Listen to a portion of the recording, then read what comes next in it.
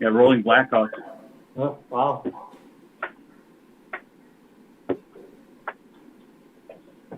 Said that the city of Galveston has like 95% of their power is out.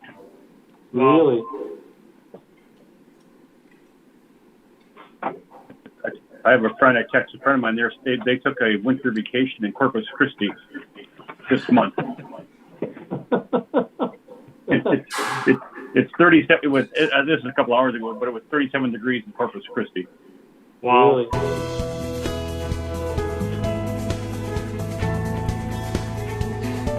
Oh, we have a new intro. Wow. Rather than the drip, drip, drip.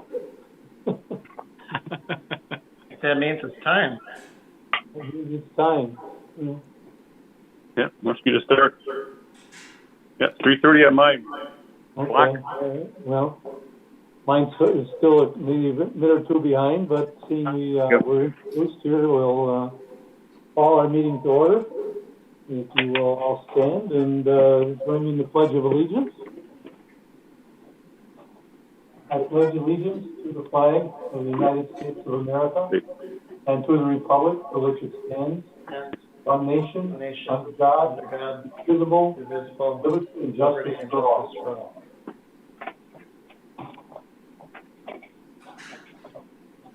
I'm going to turn my back on you guys, but the flag is across the street so I can look out the window. All right, so we will call our meeting to order. First item on the agenda after the pledge is approval of the minutes from our January 18th meeting. Is there a motion to approve? So moved. I second it. Chair votes aye. All in favor? Well, I guess all in favor say aye. Aye. Aye. The chair votes aye. All right, we'll get it straight yet. All right, next on the agenda, financial reports. But remind the board members that as Lisa's closing out the year end, we have limited financials available, but we do have report of billing for January 2021. And you can see the quarterly metered billing is up, as well as the monthly billings that are shown on the report. Most of that is due to the a change in rates.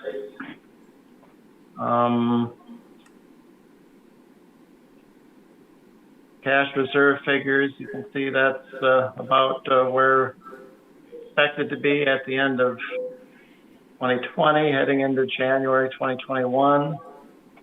Don't have any additional comments there. A good portion of that though is set up in reserves. Yes. In restricted funds, I should say. Okay. We need a motion to approve the vouchers, or we've already done that with our signatures, correct? Yeah. Yeah, I would request a motion on that, Sherry. I would so move. Second that. Been moved and seconded. All in favor say aye. Aye. Aye. Chair votes aye. Carried. Moving on. Go ahead, Joe. Well, for the financial area? Yeah, no further report on financial. For the superintendent's report, I'll start with construction, maintenance, and distribution.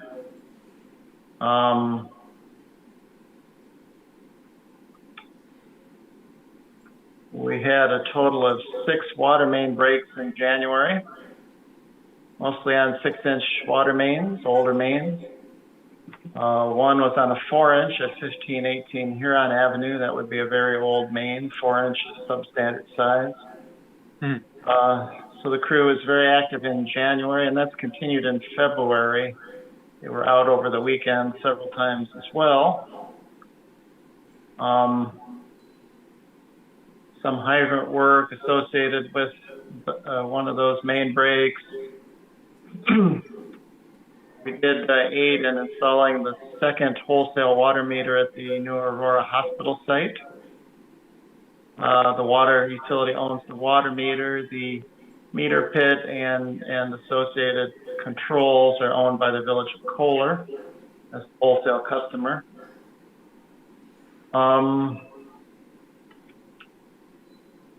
We did have a staff member who was inspecting the water main installed in the Stonebrook subdivision. It's on the far south end of town, east of Highway OK. So we actually have a large main going in there for an east-west transmission, and also smaller main serving the subdivision itself.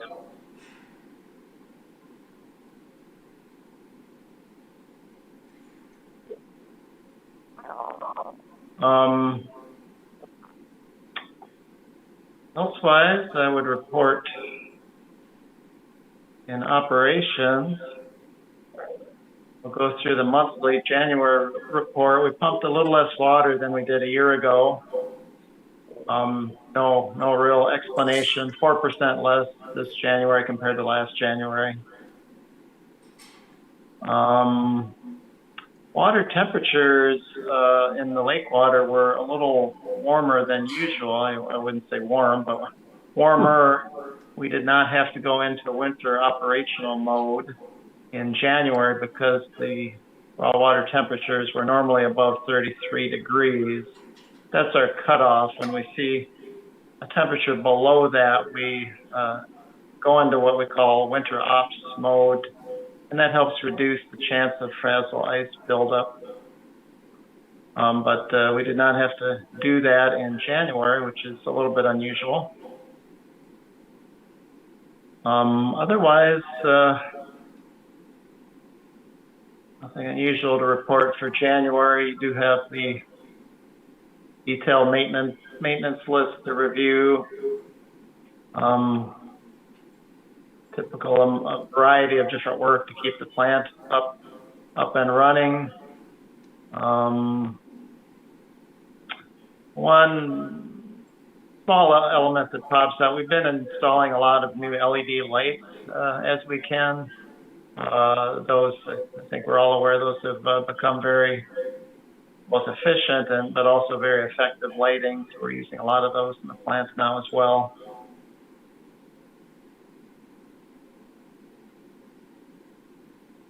And I think you also have the annual operation report for 2020 versus 2019.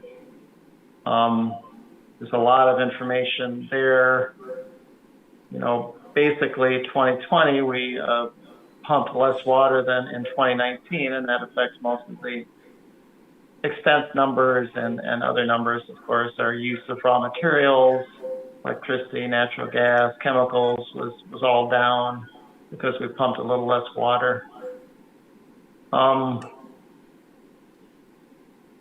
One interesting, there's a pie chart showing that for our production expenses, electricity is about half of our expenses, including sludge disposal, natural gas, and chemicals.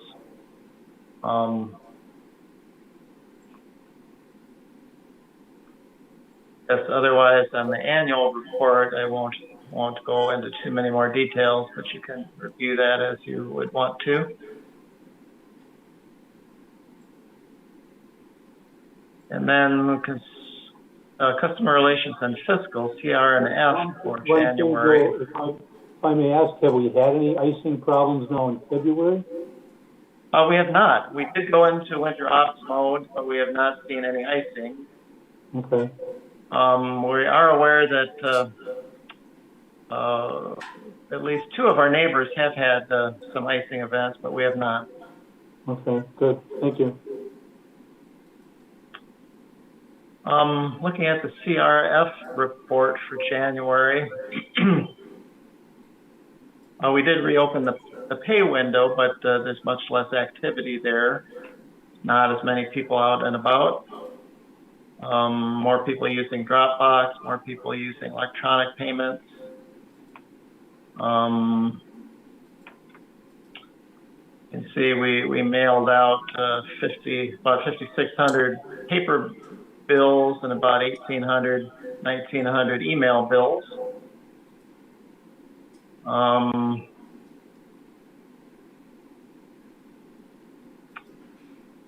Collections, of course, we're in a suspended disconnection program, so we do have larger outstanding bills due than we would normally see. So at the end of January, we're outstanding about $78,000, and that would be sewer, water, garbage, and recycling fees altogether. Otherwise, we did have one water service line leak that developed. That was an old leaded service that was replaced, and we were able to enter that customer into our lead service line replacement program and get one more lead service line out of the system, which is good.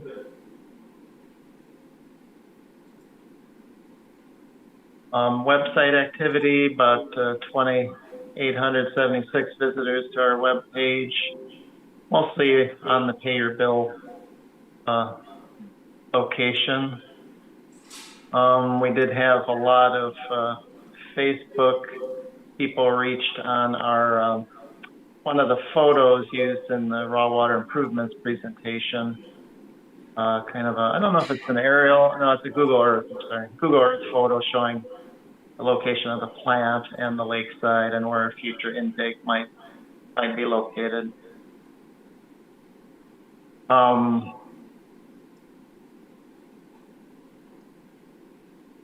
I think otherwise, so those are the highlights for CR and F for January.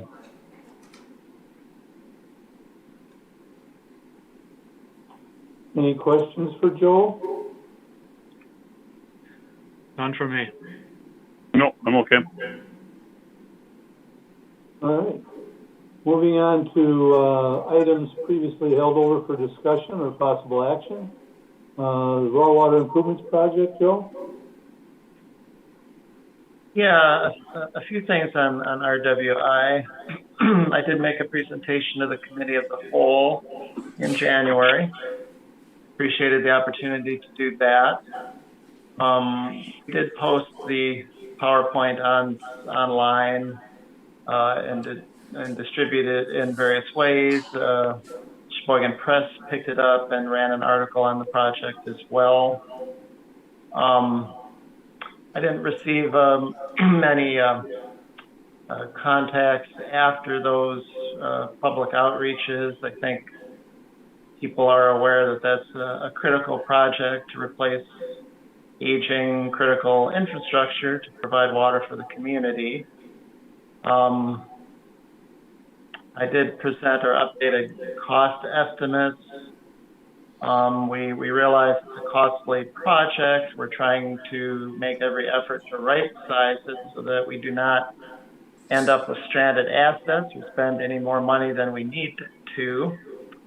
We have trimmed the project in several waves to really get the essence and no more out of the project. In terms of rate impact, you know, that's a hard thing to predict going years or decades into the future. I would say a few things. Project impacts our costs in several ways. The first and largest way is debt service. So there's no way to build a project like that without incurring new debt. How public utilities pay for projects. We would use a small portion of our cash in that project as well, but mostly we're paying for it with debt, and we then have new debt service going for 30 years, if not more. That's the largest new cost item. And really, the size of the project and the marketplace dictate the terms of what that debt is going to look like. right now the marketplace is pretty attractive. We're all aware interest rates are low, and that means we're going to get a fairly low interest rate on that debt for 30 years. Size of the project I mentioned, we are right-sizing it, we are trimming it and have done that. We're hopeful of a good bidding environment. There aren't handfuls and handfuls of contractors that do that type of work, but I'm told there are enough that we should get a good competitive bidding environment. The project also results in additional electrical expenses. We would be running a new pump station.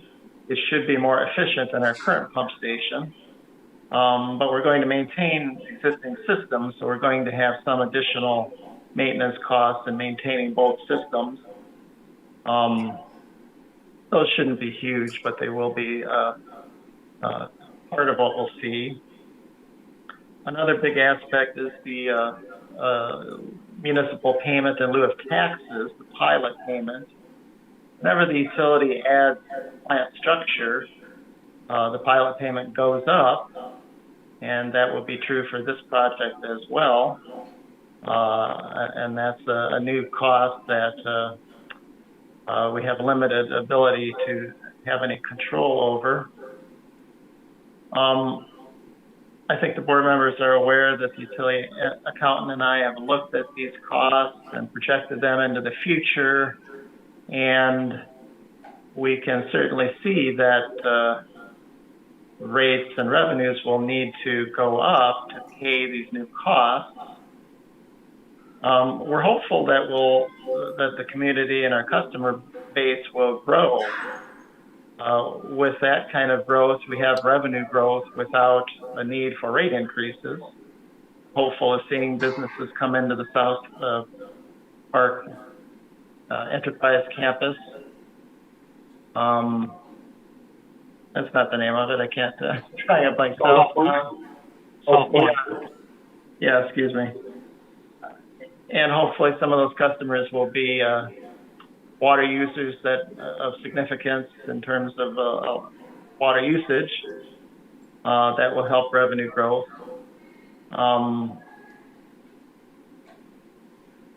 Rate increases themselves, we know over the coming 10 years, we will see a pattern similar to, what I would propose, a pattern similar to what the board has set forth in the past, which is looking at rates every 2 to 3 years and approaching the Public Service Commission with a rate increase.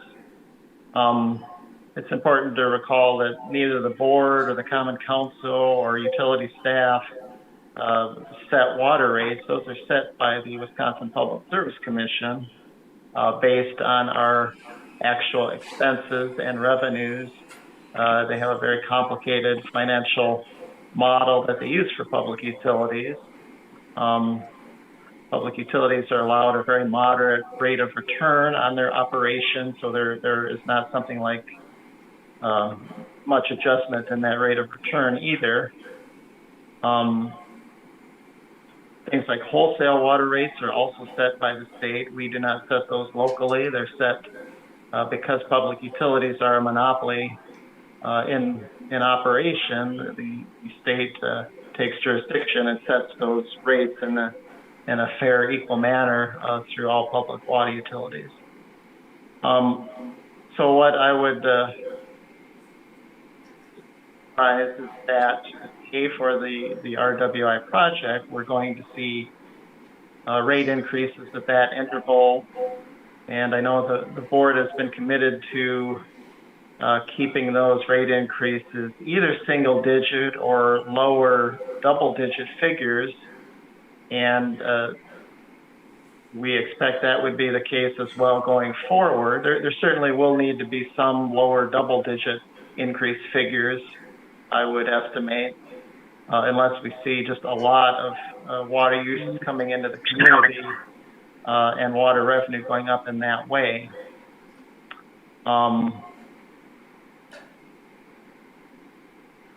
Otherwise, we're continuing in the detailed design phase. We're having meetings every 2 to 3 weeks with CDM Smith and our consultants. One of our next big steps is to submit a construction authorization to the Public Service Commission. You know, here again, as a public utility, the state has to approve an expenditure of this size. The local entity can't make that decision on its own. The state has to authorize that expenditure. They're aware of our project. They've given us feedback on our project to help right size it. And they've told us to expect a nine-month review process. So we're planning to go in for that authorization within the next month or so and get that process started. I would just reiterate that in January we did submit for a FEMA BRIC grant on the shoreline protection system that's part of the RWI project. That system at the end of the day has a construction estimate of about $1.6 million. The state helped us with preparation of that application through the Department of Emergency Management, and they felt that it's got it met all their thresholds to move on, so to speak, in terms of benefit to cost analysis. They don't know whether we're going to be funded or not, but they felt it was a competitive application, so that now has been submitted. And I'd remind the board, FEMA BRIC is a 75% grant, so we could see, if we're fortunate, a $1.2 million grant towards the project. That would be very nice to have. We did also submit a request for endorsement to Senator Baldwin's office. During 30 days, they're allowed to offer endorsements on projects as well, so that is underway. And finally, I would say we had a lot of discussion about a FEMA BRIC grant for the entire project. And although that sounds, you know, like a wonderful thing and would be, there's some real caveats there that we're still exploring. You know, FEMA BRIC grants are intended to mitigate the impact of natural hazards. So the shoreline protection aspect, you know, is clearly related to the hazard of shoreline flooding in Lake Michigan areas, which is a known natural hazard, especially as lake levels go up and wave action increases. However, the entire RWI project has a lot of elements that really have nothing to do with hazard mitigation, you know, such as a pipeline in the lake for water intake. So after more detailed discussions with our contact at Wisconsin Emergency Management, getting a little bit of a mixed message on whether RWI in its entirety would even pass the first threshold, which is called the benefit analysis. So we're hoping in the next few weeks to go through that analysis with emergency management and see what the outcome is.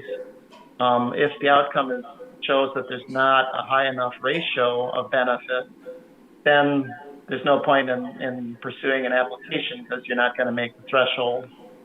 And she had many projects in the state that simply didn't meet that threshold and weren't unable to move on. That's one reason she worked with us to kind of tailor the shoreline protection project. But I believe in the coming weeks, we'll go through that analysis on the larger project and see what the outcome is. If it doesn't meet the threshold, then we're pretty much done. We can't do anything to change the project.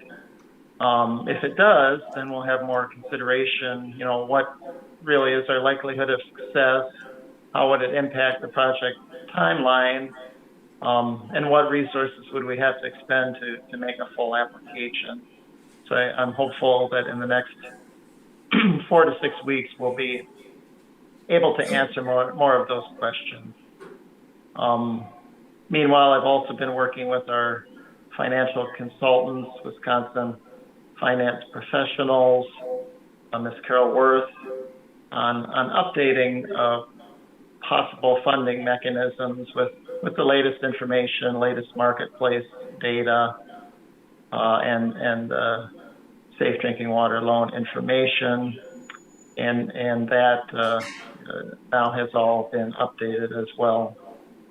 I think just in summary, we've been through a part of our public outreach portion of the project. I think a lot of people now are aware of the project and excited about it. It's a very exciting project for the community.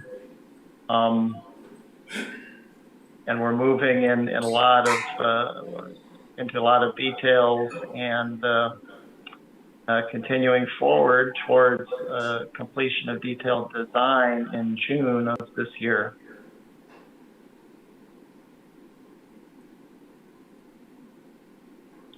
Any questions or comments from the board for Joe on the raw water improvement project? Not for me. Not at this time. Oh. Do we have any timeline as far as when we'll hear from? I know you just mentioned a month and a half. When do we hear from FEMA on that? I believe the time frame for the shoreline protection application is, roughly July, August of this year. Okay. Okay, thank you. All right, no further questions. Moving on the agenda, number 4.2, review of policy on renewed disconnection program.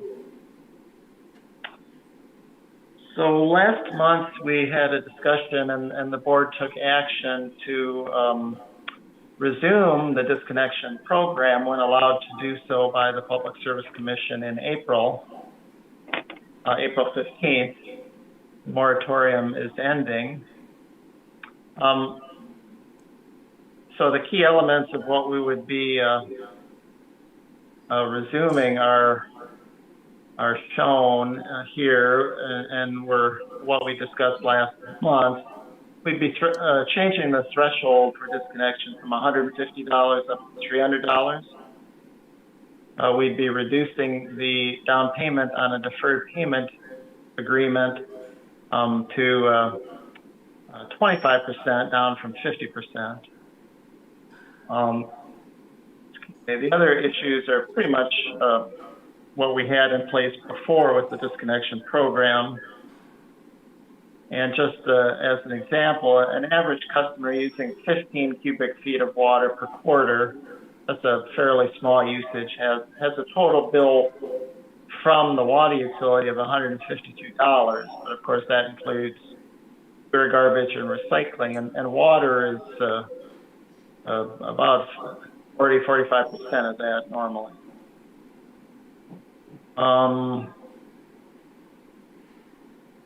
We would be phasing the program in based on districts.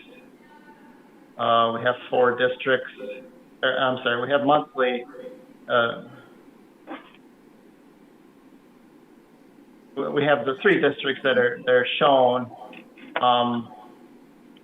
We will be phasing in first district number 3 with a disconnection date in April. And you can see the subsequent dates there as well. And none of that is really changing. As per the Public Service Commission, the notification to customers is mandated, and we do that either by phone calls, disconnection notices on door hangers, or combinations of both. We do refer customers to financial assistance from St. Vincent and the Salvation Army. If they meet the threshold, they are funded by those entities sometimes. We're aware that another payment option might be coming with a new program to help people avoid eviction and foreclosure.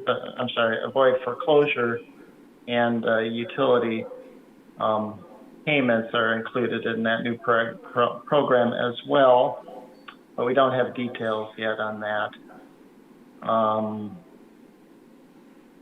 And finally, as of February 4th, we had 184 customers past due over that $300 threshold.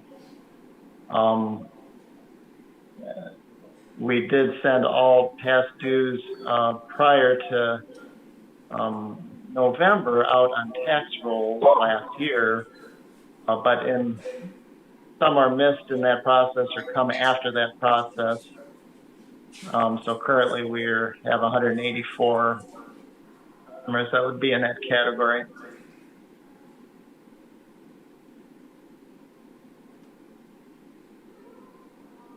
So I think in response to what the board had requested or directed last month, that is the written policy and how we would plan on going forward with the disconnection program. I have one question, Joe.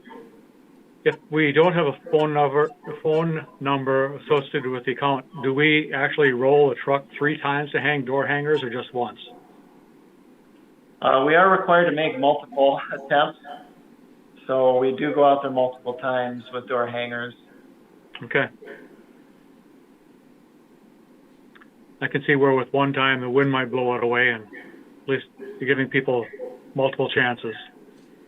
Yeah, we really try not to rely on the door tags. They're subject to, a lot of issues. We get email addresses for our customers? We do try to collect those. We're not always successful, but we are able to collect those, and we normally are doing that. Okay.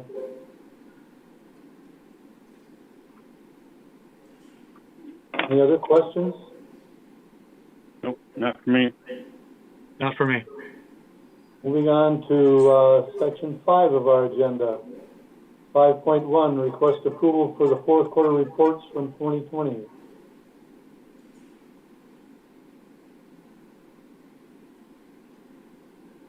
The RO to the council. Yeah, I don't have much to add. Just a summary of what we saw in the last quarter of 2020. Do we need our physical signatures, Joe? No, we have scanned versions. Okay. We need a motion to approve the RO. Yes.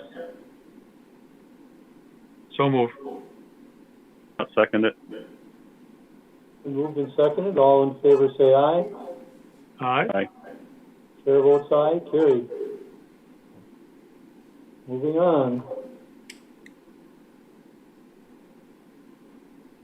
Approval of proposal for the EE booster pit engineering evaluation. Consulting agreement with AECOM. A little background. The EE pit, we refer to it as, is a in-ground manhole pump station, very small, located at the intersection of Highway EE and Barron's Parkway. And the station pumps water from the non-boosted zone into the boosted industrial park zone. The vast majority of water in that zone is coming out of the Georgia Avenue pump station. And by vast majority, I mean, probably 98%. The EE pit pump was put in very early when the industrial park was not yet very large. It was just put in as kind of a very small supplemental pumping point. It has value for a couple of reasons. One, it is apart from the major pump station. It's a separate asset, and if something were to happen in the other major station, we would have some capability left, although very small.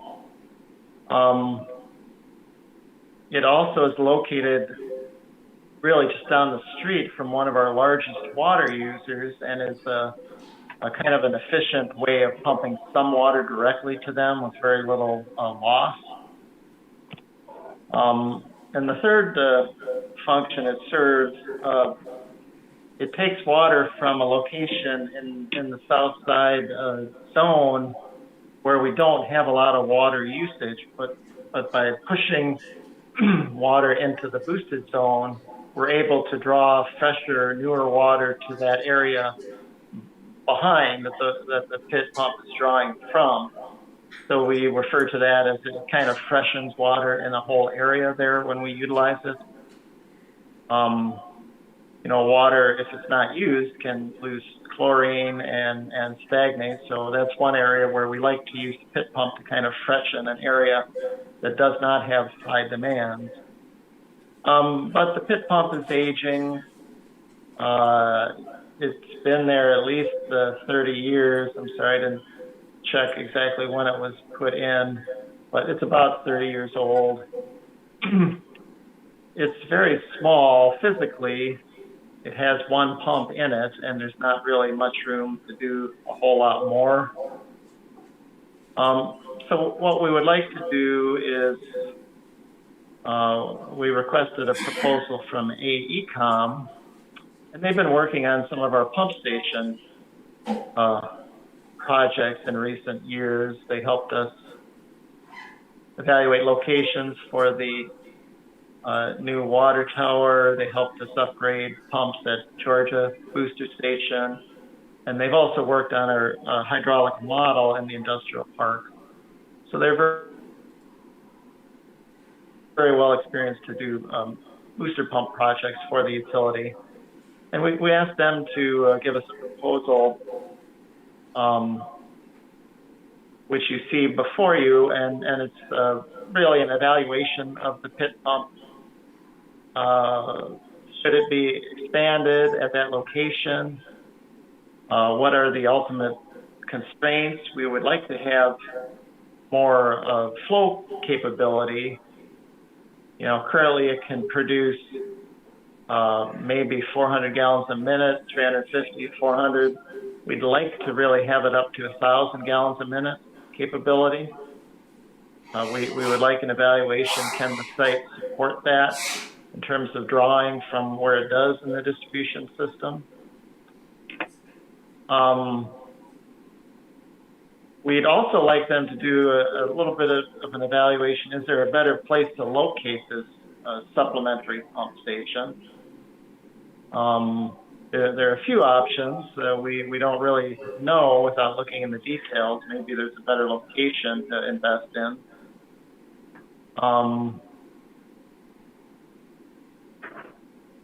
So basically, we asked them to do a technical evaluation for us, which might lead into a design project in detail down the road. So we have a proposal from AECOM for a fee not to exceed $22,980. The operations supervisor and I have reviewed this proposal, and we feel it's comprehensive and responsive. Again, AECOM is very experienced with our systems, so we could probably find someone to do this for cheaper, but I wouldn't make that recommendation.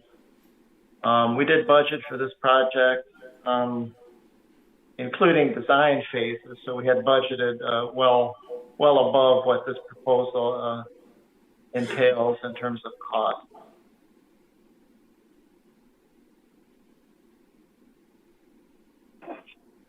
Questions or comments from the board? Oh, I have a ton of questions, but it's probably not appropriate to ask them at this point because they'd be design and function questions that would be answered later on as the design comes in. Once the report comes in, okay. Yeah.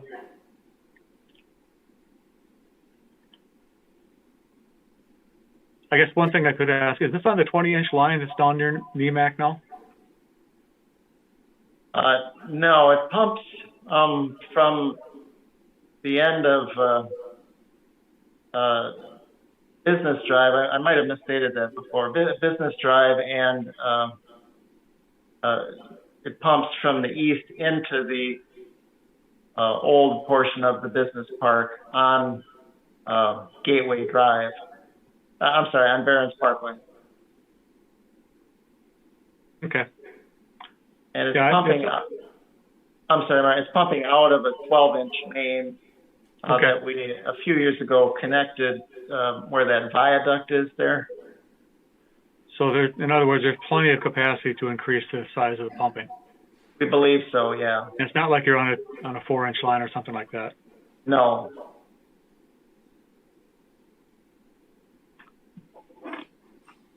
Any other comments or questions? No, I'm good. So there was you budgeted for this, and you said it's looking very favorable right now financially? Yeah, we budgeted, including a detailed design, for a biddable project. So this is just the first phase. And because we haven't really settled on the project, we didn't want them to give us any further proposal. Okay. Okay, we need a motion to approve acceptance of the proposal from AECom. I say yes, let's go ahead. I move that we do so. I will second that. All in favor, say aye. Aye. The chair votes aye, carried. Moving on. Approval of a rate case proposal from Baker Tilly. Baker Tilly has prepared most of the rate cases in recent history for the utility, for the board. They're a very large, reputable firm. They've always done a very strong job, and they're very familiar with our financials, going back to Don Andre, who worked several decades on the utilities rate cases, and now, under Jody Dobson and her team. Because of the upcoming RWI, and really in anticipation of it, and also because of our new lead service line program, which we're incurring costs of up to $400,000 a year, we want to go back into the Public Service Commission and take a look at rates and request a rate increase here effective by the beginning of 2022. From past experience, we know that the PSC is quite backlogged, and we don't want to wait too long because we're already spending money on the LSL program without having rates to cover that specifically. And we know we've got new costs coming from RWI, so we want to get in time to have a rate increase in 2022. That would, be setting the stage for the RWI project. The Public Service Commission does not approve rates for anticipated costs. They don't do that. That's not part of their rate modeling. They only include current expenses and actual revenues. But we have enough going on now that we're confident that we would meet the requirements for a modest rate increase in early 2022. It's too early to tell what that would be. I would only be guessing until they really start digging into the numbers. But we would like to get that process started because we know it can drag out many, many months. The utility accountant and I did review the proposal. Most of it is boilerplate, which is typical, and the cost is the same as for the last rate case that they did for us. We felt that was reasonable. Cost is buried on page 6, kind of in the middle of the page. fee of $18,500 to $20,000 for the rate study and application.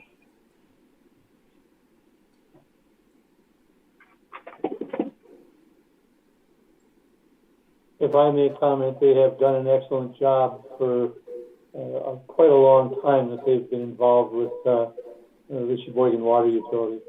And as Joe said, they're a very reputable firm.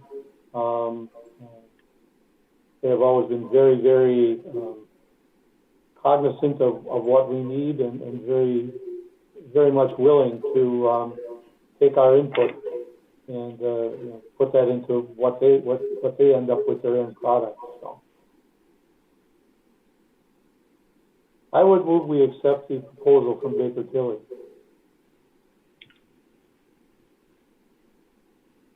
There's a second? I'll second that. All right, for discussion. Any discussion? I'm good. I'm good. Hearing none, all in favor say aye. Aye. Aye. Chair votes aye. Carried. Next, request approval of proposal from OnTech for IT services. Actually, I just wanted to give the board some background information here. The utility does not employ a single IT professional on staff. We utilize outside vendors both for software in terms of our financial software program, which is quite large and extensive, and also for our more commonplace IT needs, system setups and Ethernets and all that kind of stuff. We've been served well by a local firm for a number of years and have been happy with them for the most part. But we had a recent incident that caused us to take a second look and maybe a fresh look at our IT consultants. And I just wanted to give kind of a report on that.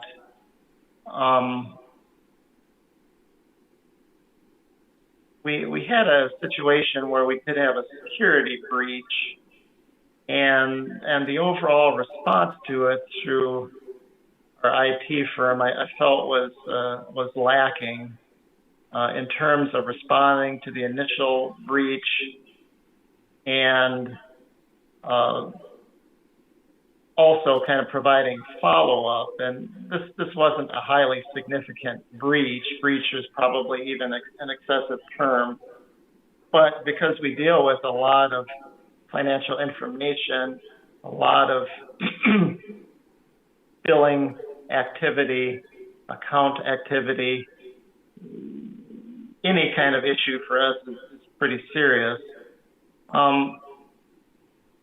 So after this particular incident and kind of a lack of follow-up from our ongoing provider, we did reach out to a firm out of the Milwaukee area that has worked a lot with the CIVMIC Group, County Village Mutual Insurance Company. This outside the firm had also done a cybersecurity analysis for us several years ago. So we had some familiarity with them. They did a very thorough analysis, but we didn't hire them for follow-up. We did most of that through our local firm. The outside firm is larger. They have more staff in their operation. We did some reference checks and found a high level of satisfaction. We did have them mobilized to our site after this incident, and they began a response that our ongoing firm hadn't, been concerned about doing for us. And this involved a number of two-factor authentication processes rather than just a username and a password. You have username, password, and then the system texts you or emails you for an additional contact point. So we were pretty impressed with what they came in and did following this incident.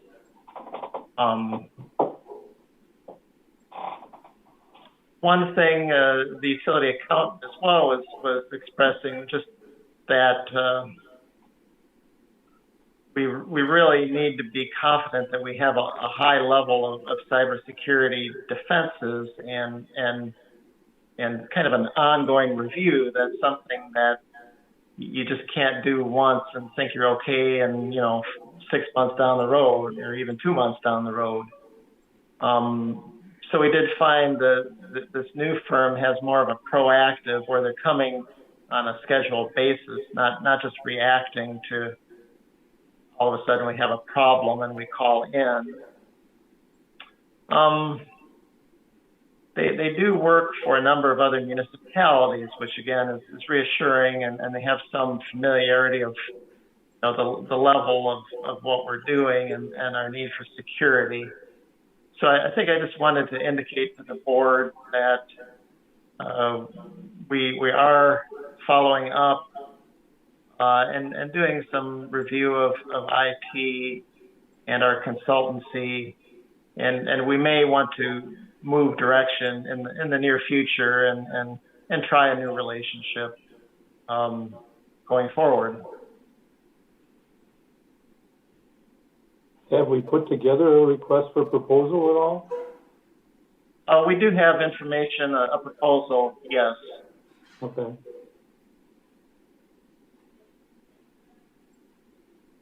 And I think, short of the board's correction, IT is more of an ongoing administrative service. I don't know that we need a board approval on a decision like that unless the board would prefer to do that.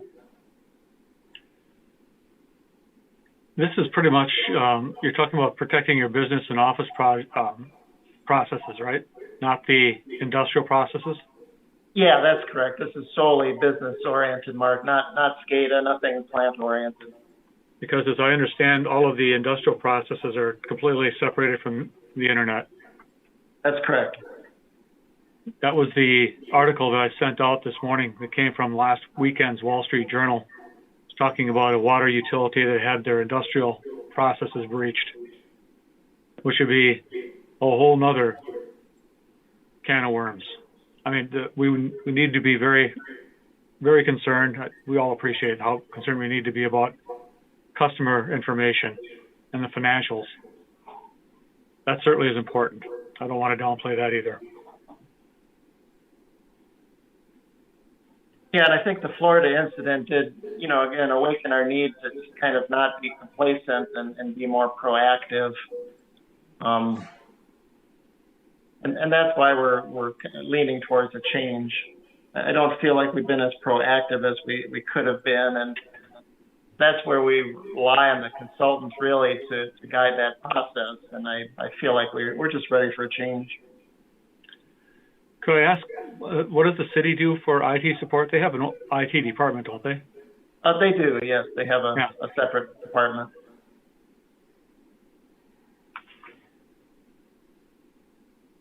So are we going to be looking at trying to do something with the industrial side at the same time, or? Well, the industrial side, I guess I would say a few things. It's basically hardened software at the level of these PLCs, which are kind of the base level of plant control systems. There's really a hardened software built into those units that's programmed by our vendor.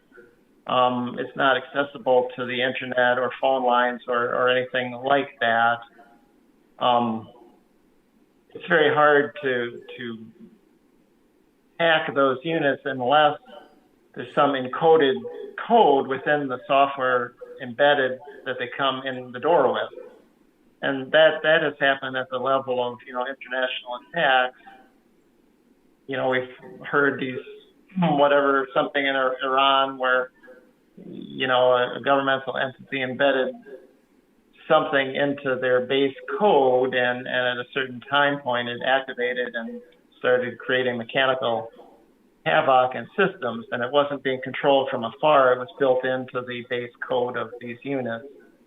In theory, that could happen in these kind of SCADA PLC-based units.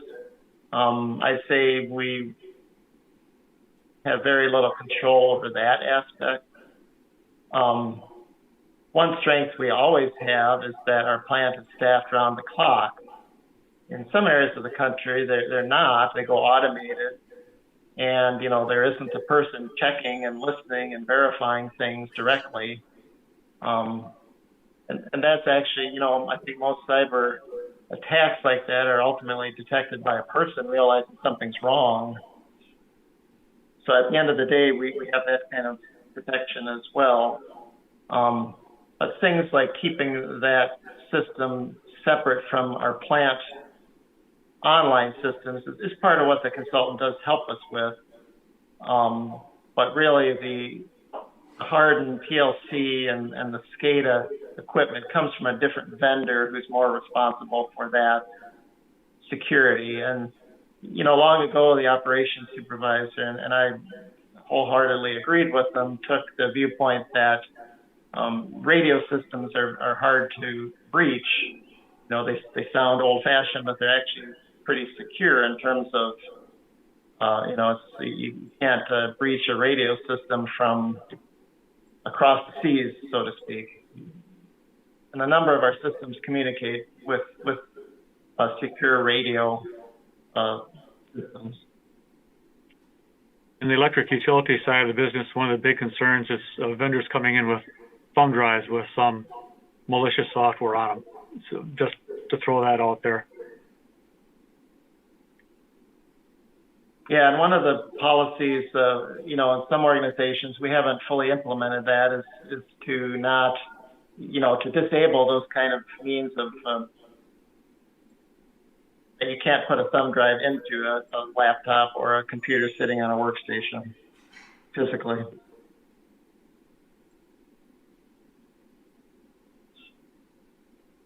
So are you expecting to present a proposal at a future meeting on this, or? I think what I'm requesting is the board's authorization to accept the proposal.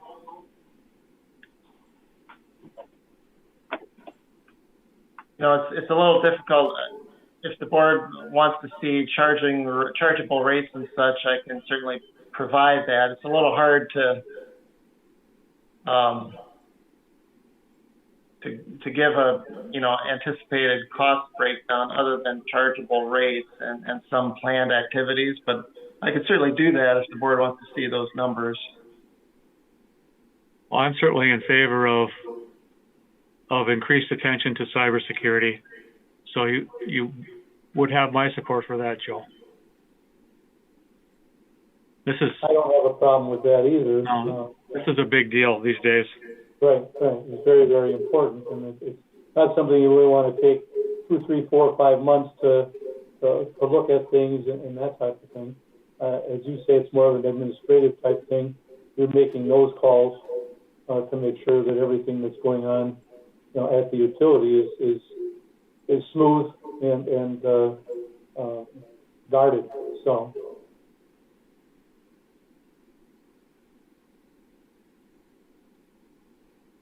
So we need a motion for, Tom, do you have any comments?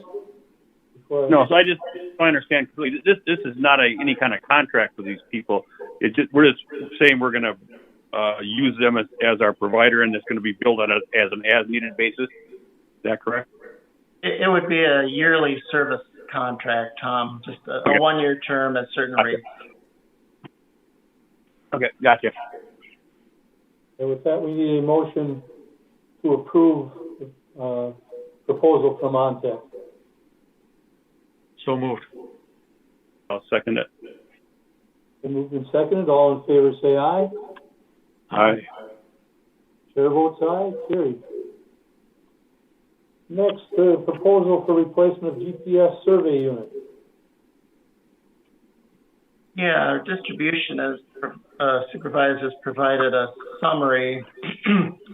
The engineering department does quite a bit of surveying of both a new project going in, and then after the project is in the ground, we shoot in its locations.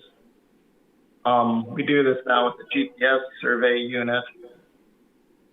Our current unit is aging and does not operate off the latest satellite configurations. It's not as accurate as modern units. And we also have some file compatibility issues with it. It's at least 12 years old, I believe, if not a little older. So they tried out 2 units, Spectra Focus 35 and the Trimble S5. There's quite a cost difference between the two, but they felt the Spectra Focus 35 meets our needs and would be very adequate and a big improvement over what we have now, and they requested purchase of that unit, which was budgeted for. And that would be used mostly by the utility engineer, the engineer tech, and also the CM crew at times. What did we budget for that, Joe? 40. 40? Okay. And we've dealt with Siler in the past, correct? We have, yes. Yeah. Okay. I would move to approve. I have one question, and this reflects my ignorance, but I'm curious about one thing. The present unit does not operate off the most current satellite configurations used in Wisconsin. I thought that it was a global positioning system. So I'm confused. Can you help my ignorance there, Joel? I'm afraid I can't, Mark. I don't know the detailed answer to that. I could follow up and get that info to you. It's probably not that big of a thing, but I hate being ignorant about things. I'm afraid I can't give you a precise answer on that. Well, I like the fact that the equipment would provide the needed accuracy and functionality for a price less than budgeted, so I would second that. It's also less than the other bid that we got, the other piece of equipment. All right, so moved and seconded. All in favor, say aye. Aye. Chair votes aye. Motion carried. All right. On to personnel. Don't have any personnel updates for today. Okay. I'll ask one personnel question.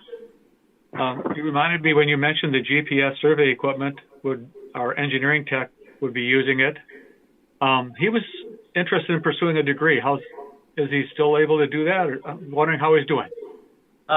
He's doing great. He's on track to complete a 4-year degree at DW Green Bay at Sheboygan in May. Awesome. And he will have a degree in civil and environmental engineering technology from UW Green Bay. Awesome. Could you pass along my congratulations to him? Because from someone who pursued education while working full time, I know that's a challenge. So I will do that. Yeah, he's done an awesome job. Cool. Great. Thank you. All right. Our next meeting would be on the 15th of March, the third Monday of March. Any problems with that? Anybody's calendar? Nope, not mine. 3:30. It'll be on my calendar here. It'll be on my calendar here shortly. Okay.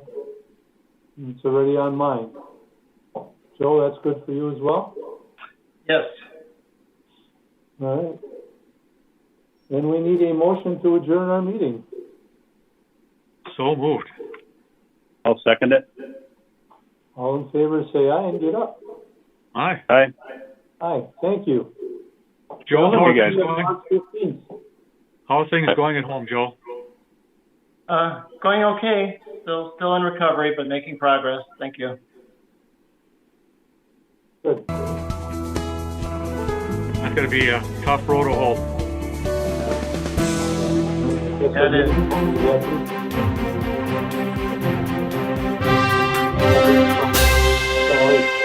I guess they want us to leave.